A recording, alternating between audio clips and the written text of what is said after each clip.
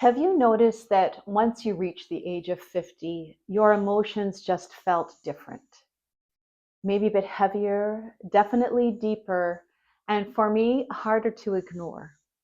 So today we're going to be exploring the emotional shift that happens as we age, why it's important to acknowledge it, maybe get some understanding as to what's going on beneath the surface, and also look at some practical tools and tips that we can use to help us thrive, not just survive, in this chapter of our lives. Hi, I'm Patricia, and welcome to A Balanced Life.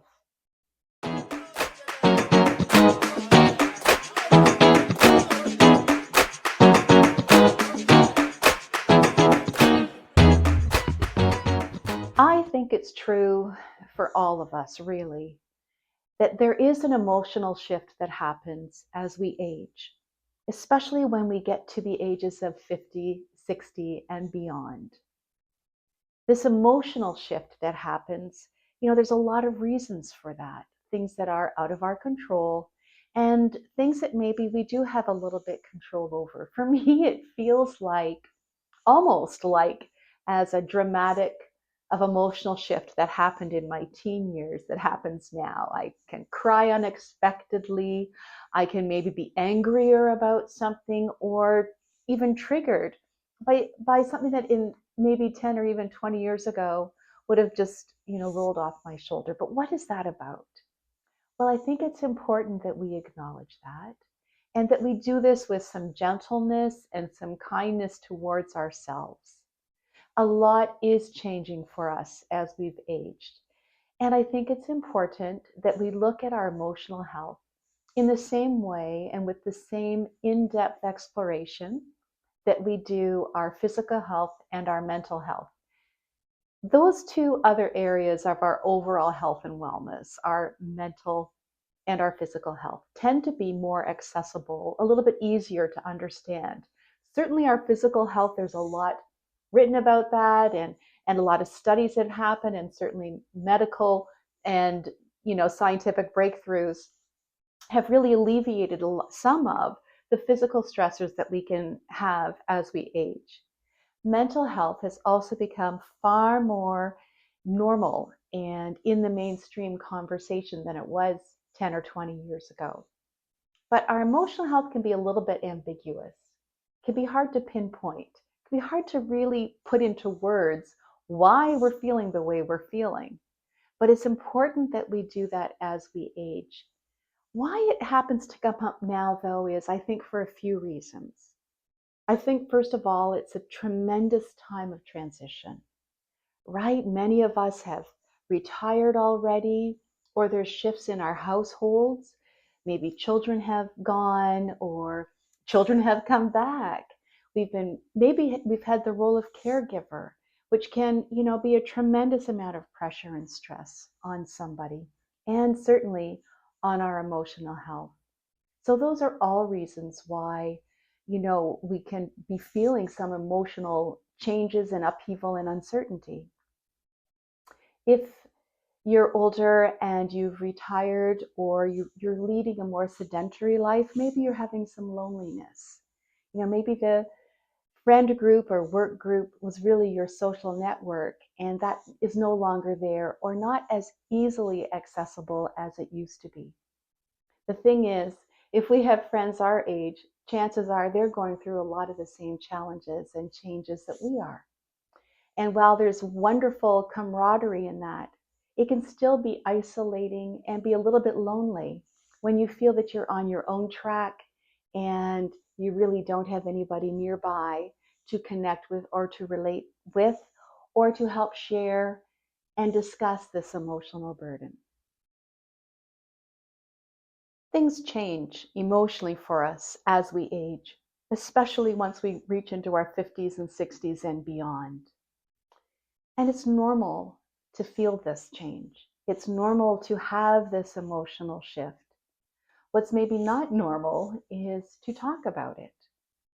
And I think that's part of why I want to have this conversation. I know I've been going through a lot of emotional changes, and it's easier to talk about our physical health And now it's easier to talk about our mental health too, but it really is a challenge to pinpoint and be clear and have some concrete ideas around our emotional health when we're trying to relate to other people or explain how we're feeling.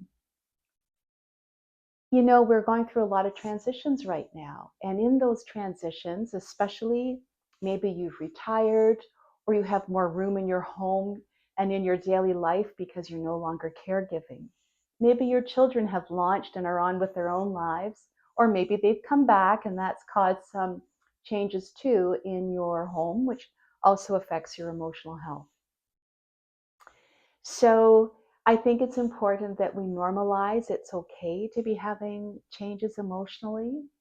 We don't always have to appear that everything is fine. And if, like me, you kind of grew up maybe with, a stiff upper lip or having some stoicism or, what, I'm fine, because it was easier to put your emotions aside to help other people or to deal with whatever was going on in your life. But chances are you've got a little bit more time now for reflection. And this is important because it's just when our emotions start to go on this roller coaster again. We can feel a little bit sensitive. We can be emotionally tired. We can just feel a little bit run down. That's not just about our physical health. That's our emotional health too.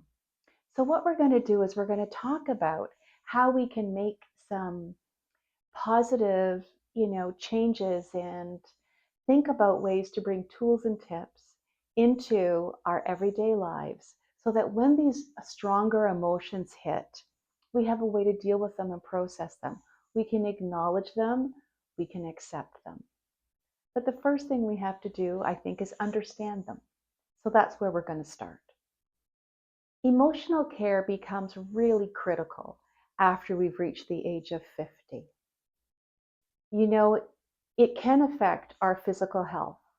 It can disrupt our sleep. If you've ever, like me, woken up in the middle of the night and your mind is just spinning with reflections and regrets and thinking about your past, and you're having a lot of anxiety around that, or emotional turmoil, could be sadness. You may be having some loss and you're feeling regret, right? These things affect our physical health. Just thinking like that can affect my back and make my back sore. But in the middle of the night, it keeps me up. It's impossible to fall back asleep. Sometimes I'll get up and I'll try to write something. I'll write in my journal, or just even I'll do what I call the 90-second brain dump. And I just, for 90 seconds, write whatever's on my mind. I don't worry about punctuation or sentence structure or anything like that. I'm just dumping what's in my head and my heart onto a piece of paper.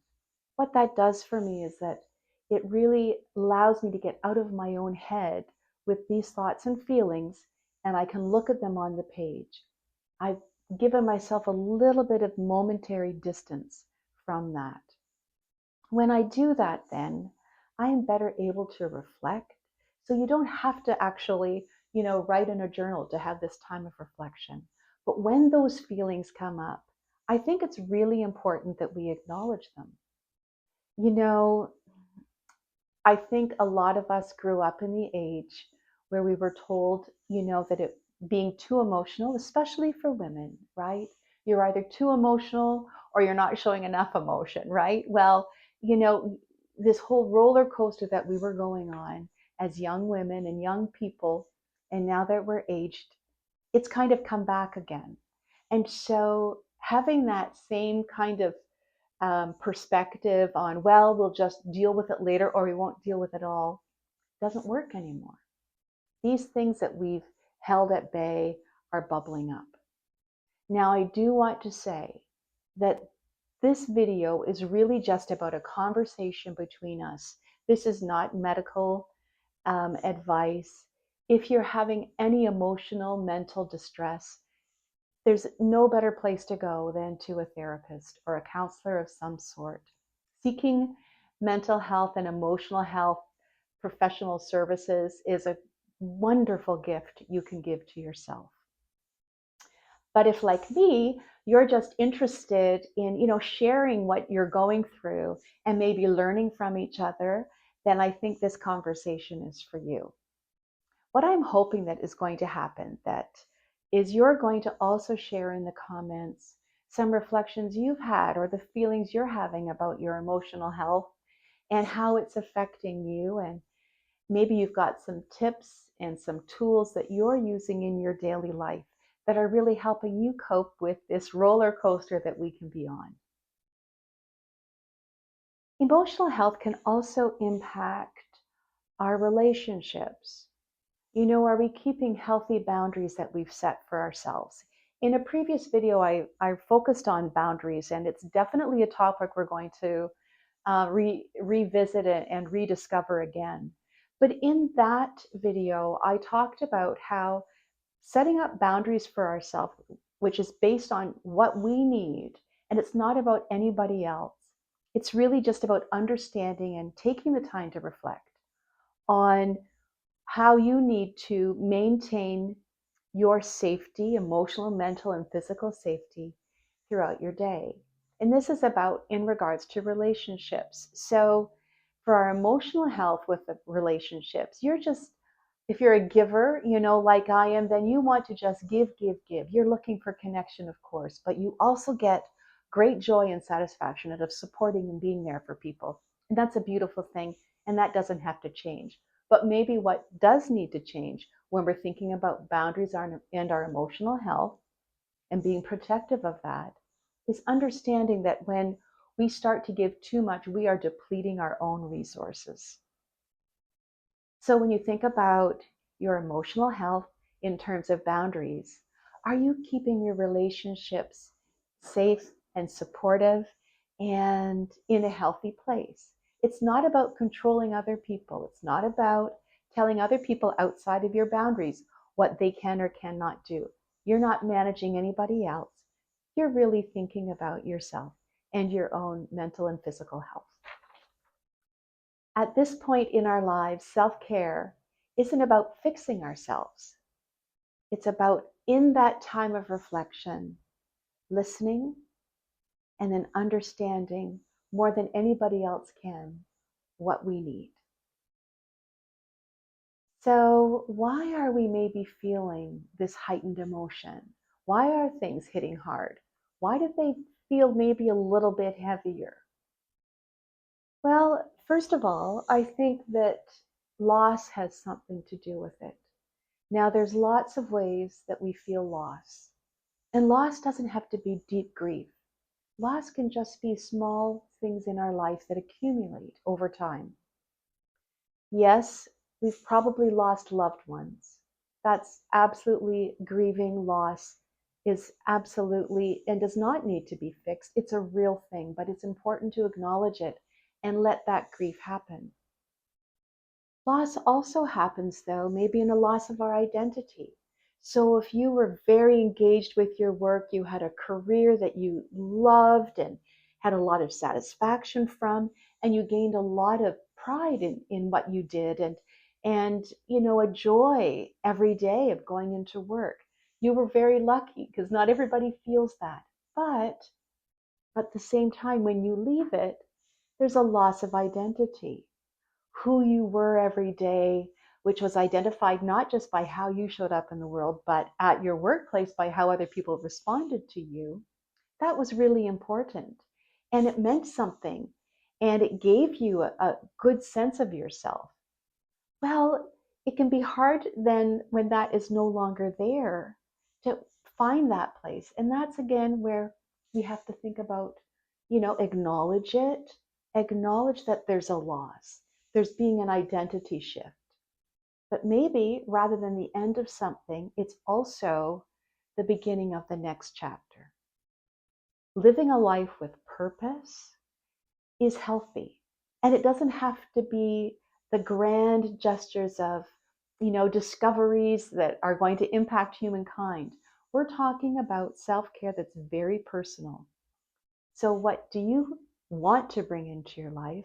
Or maybe you have something in your life. Maybe now you have more time. Maybe were someone who loved to knit or crochet, you love to do word puzzles. Your life never gave you a time for that in your day. Well, in this time of, adjustment and shift, maybe now it's time to build in those moments of self-care where you're thinking about, what do I want to do now? And how will that make me feel? And how will I make that happen for myself? Maybe not today, but I can plan for it tomorrow. And maybe it's not something that happens every day.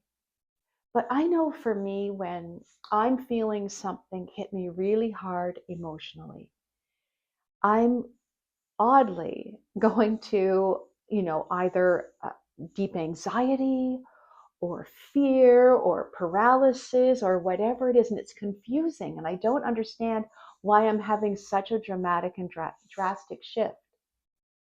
I go for a walk. I just acknowledge how I'm feeling. I say, okay, I'm not going to hide it. I'm not going to push it down. I'm not going to pretend it's not happening. I'm not, also though, don't want to live with this anxiety or this not. So what I do is I acknowledge it, put on my shoes, take a deep breath, and I go out for a walk. And while I'm walking, the most beautiful thing happens. I don't think and focus on how I'm feeling about this, whatever it is that has caused me this anxiety or distress.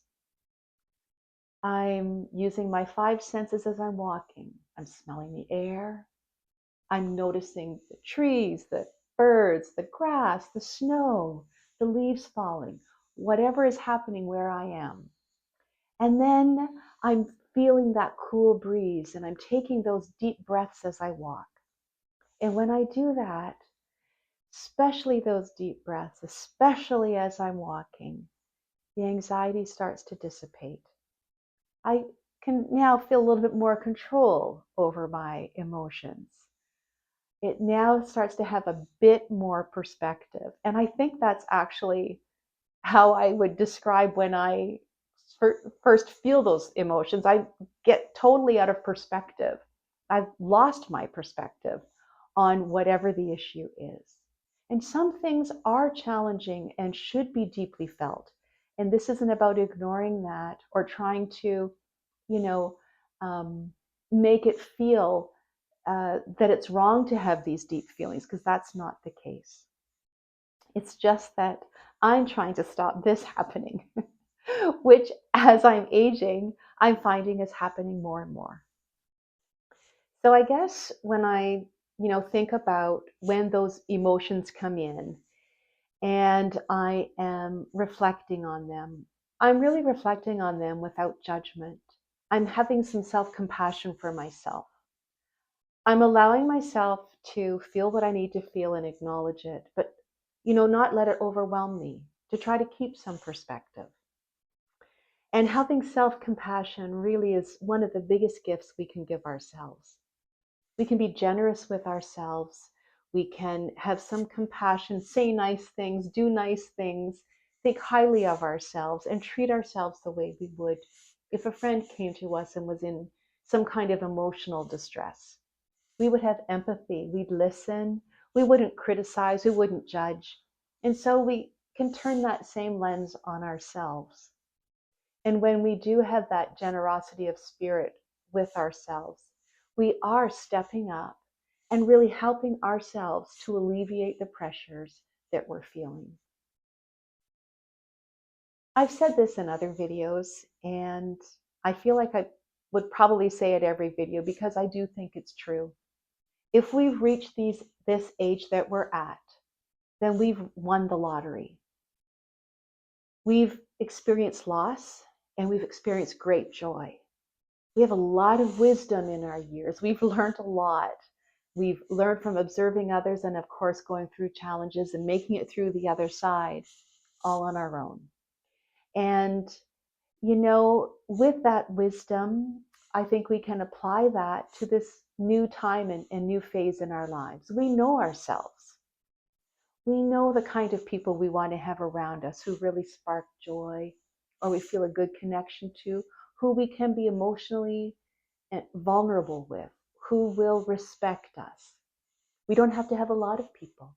We just need a few that we have a reciprocal relationship with, that we feel that connection to. When I gave the example of how I was feeling emotionally tired, that's okay. That just means I need to take a rest. And I allow myself that. Recently I was looking forward to going to an art event that a friend was hosting. And I reserved my ticket and was really excited to go. And the day of, I was just drained and I had to send my regrets. And I felt terrible doing that because this is somebody who's always there for me. She always shows up. But I just said to her, my cup is empty. That's all I said. My cup is empty. I'm sorry to have to miss. And she responded, I get it. You were missed. Let's have tea and fill that cup. I mean, what a friend, right? And that's the kind of compassion we need to have for ourselves. I didn't need to layer on that extra bit of guilt onto this, emotional sandwich I was building for myself.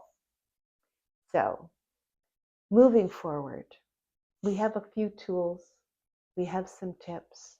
I think probably the most important thing that we can take away from this is that, feeling these emotions at this time in our life is normal. It's okay. And we need to be gentle with ourselves when we're feeling them.